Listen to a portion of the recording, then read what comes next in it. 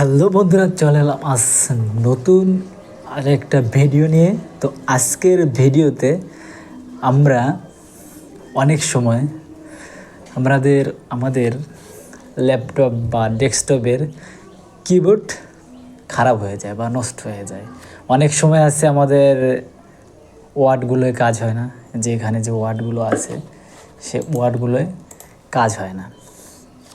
যেমন এখানে ল্যাপটপের কিবোর্ড আছে, এখানে একটা ডেস্কটপের কিবোর্ড আছে। তো কিছু কিছু সময় এই যে যে ল্যাপটপের কিবোর্ডগুলো আছে এগুলো কিন্তু ওয়ার্ডগুলো ওঠে না, যতবারই ক্লিক করি একবারও ওঠে না। সেক্ষেত্রে ডেস্কটপের এক্সটার্নাল যে কিবোর্ড থাকে সেটাও যখন মানে ওয়ার্ক করা বন্ধ হয়ে যায়, অনেক দিন ধরে অনেক ইউজ করলে, যেমন একটা ল্যাপটপ 2-3 বছর 4 বছর ইউজ করার পরে তখন কিন্তু কিবোর্ডের সমস্যা হবে, যে এই এ বাটনে কাজ করে না, ডব্লু বাটনে কাজ করে না, জেড বাটনে কাজ করে না,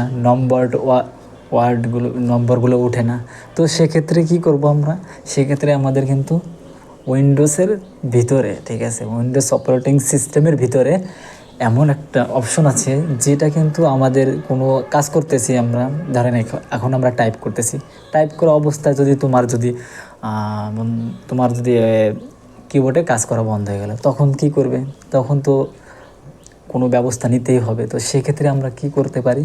সেক্ষেত্রে আমরা উইন্ডোজ অপারেটিং সিস্টেম যেখানে একদম পুরো সেটিং আছে, উইন্ডোজ সেটিংয়ের ভিতরে এমন একটা অপশন, এমন একটা সেটিং আছে যে সেটিংটা আমরা চালু করে আমরা কিন্তু স্ক্রিন কিবোর্ড ইউজ করে কিন্তু আমাদের কাজটা কমপ্লিট করতে পারি। তো সেক্ষেত্রে আমাদের দেখতে হবে ভিডিওটার ভিতরে যে কীভাবে স্ক্রিন কিবোর্ড ইউজ করা যায় এবং কীভাবে স্ক্রিন কিবোর্ড ইউজ করে আমরা অটোমেটিক আমাদের কিন্তু টাইপ করাটা আমরা আমাদের কাজটা করে নিতে পারি। সেক্ষেত্রে আমাদের যে ওয়ার্ডগুলো কাজ করে না, ওয়ার্ডগুলো আমরা যেন কাউকে এসএমএস করতেছি বা কাউকে আমরা টেক্সট লিখতেছি বা কাউকে ইমেল করতেছি, তো সেক্ষেত্রে কিন্তু আমাদের যে এসএমএস করা বা কাউকে ইমেল লেখা মানে কাউকে মেসেজ করা, সেক্ষেত্রে কোনো রকম টেক্সট মেসেজ করার জন্য আমরা কিন্তু স্ক্রিন কিবোর্ড ইউজ করতে পারি। তো আমরা দেখব আজ যে কিভাবে উইন্ডোজ অপারেটিং সিস্টেম থেকে বা উইন্ডোজ সেটিংস থেকে আমরা কিভাবে স্ক্রিন কিবোর্ড চালু করে আমরা ইউজ করতে পারি।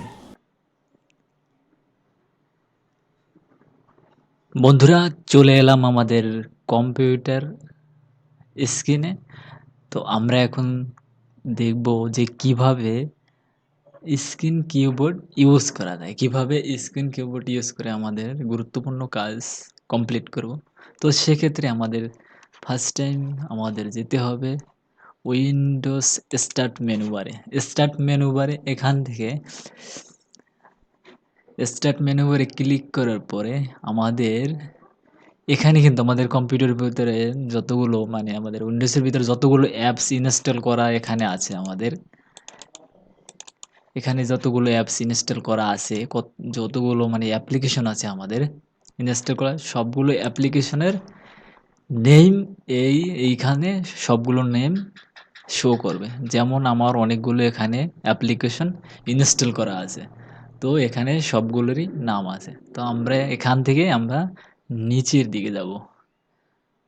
নিচের দিকে আসার পরে এখানে উইন্ডোজ সিস্টেমের ভিতরে আসবো। Windows security, windows system, windows powerful shell, windows ease of access, windows of access, এটা আমরা ক্লিক করব। ক্লিক করার পরে এখানে দেখা যাচ্ছে যে অন স্ক্রিন কিবোর্ড, তো এই অন স্ক্রিন কিবোর্ডে আমরা ক্লিক করব। তো আমরা অন ইউর স্ক্রিনে ক্লিক করে দিলাম। তো বন্ধুরা, দেখা যাচ্ছে যে এখানে কিন্তু আমাদের ডিসপ্লেতে কিন্তু স্ক্রিন কিবোর্ড কিন্তু শো করছে। এখানে কিন্তু আমাদের স্ক্রিন কিবোর্ডটা চলে এসছে, মানে চালু হয়ে গেল আমাদের। ওখান থেকে সেটিং অপশনে গিয়ে শুধু ওপেন করতে হবে। তো ওপেন করলেই আমাদের এরকম একটা ইন্টারফেস চলে আসবে, মানে এখানে পুরো একটা কিবোর্ড চলে আসবে।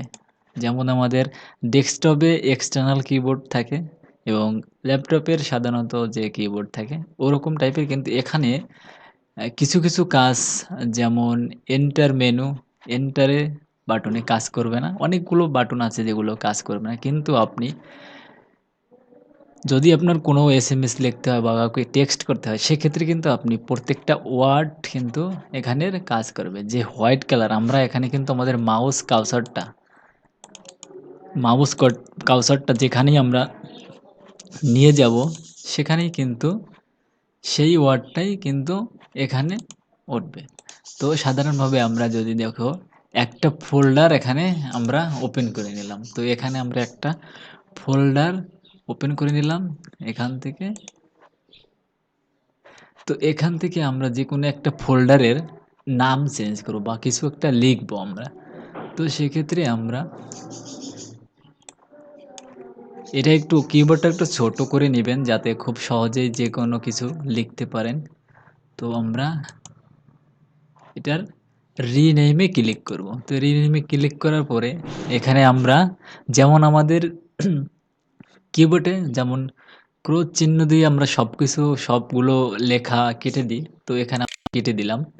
কেটে দেবার পরে এখানে দেখা যাচ্ছে যে পুরো নেম খালি হয়ে গেছে। তো এখন আমরা এখান থেকে কিছু একটা লিখব আমাদের স্ক্রিন কিবোর্ড দিয়ে।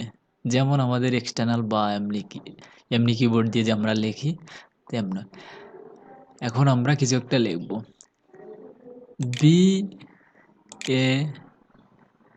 BASIC।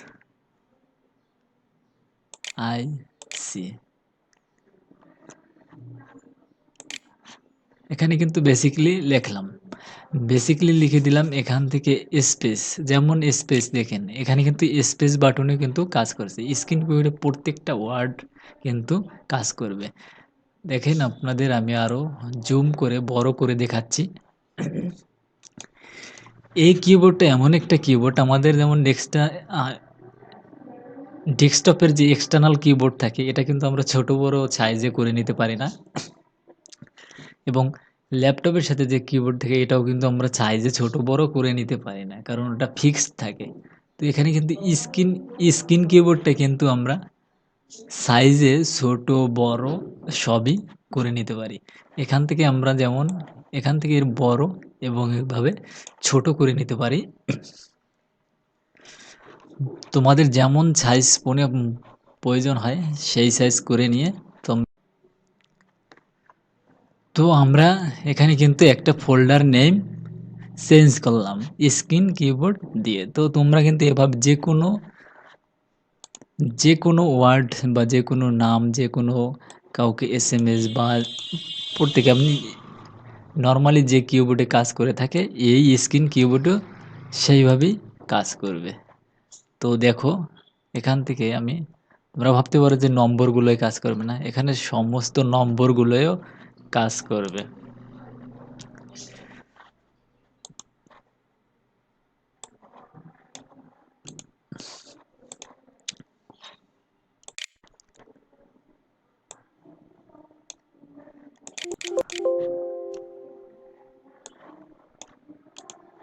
এখানে সমস্ত নম্বরগুলো কাজ করবে। দেখো 1 দিলাম, 2 3 4 5 6 7 8, এখানে কিন্তু প্রত্যেকটা নম্বর কিন্তু উঠবে। তো সেক্ষেত্রে তুমি কিন্তু এভাবেই কিন্তু স্ক্রিন কিবোর্ড ইউজ করে সাধারণত তোমার যে ছোটোখাটো কাজগুলো কিন্তু তুমি করে নিতে পারো। তোমার যদি ডেস্কটপের কিবোর্ড বা ল্যাপটপের কিবোর্ড যদি খারাপ হয়ে থাকে বা কাজ করতেছে না, সেক্ষেত্রে জরুরি কোনো কাজ করতে হবে, সেক্ষেত্রে তুমি কিন্তু নর্মালিভাবে কিন্তু তুমি স্ক্রিন কিবোর্ড ইউজ করে সম্পূর্ণ কাজ কিন্তু বন্ধুরা, তো খুব সহজভাবে তোমাদের আজ শিখিয়ে দিলাম এবং তোমরা শিখে গেলে যে কিভাবে যখন ডেস্কটপ বা ল্যাপটপের কিবোর্ড যখন তোমার কাজ করা বন্ধ হয়ে যাবে, তো সেক্ষেত্রে তুমি কিভাবে খুব সংক্ষেপে এবং খুব সহজভাবে তুমি স্ক্রিন কিবোর্ড ইউজ করে কিন্তু খুব সহজেই তোমার ছোটোখাটো কাজগুলো, ছোটোখাটো টাইপিংগুলো কিন্তু তুমি সেরে নিতে পারো। তো এটা কিন্তু আমরা আজকের ভিডিওতে শিখলাম যে কিভাবে স্ক্রিন কিবোর্ড ব্যবহার করতে হয় এবং কিভাবে স্ক্রিন কিবোর্ড চালু করতে হয়। তো আজকে আমরা ভিডিও থেকে শিখলাম কিভাবে কম্পিউটার স্ক্রিন কিবোর্ড চালু করে কোনো জরুরি কাজ আমরা কমপ্লিট করব।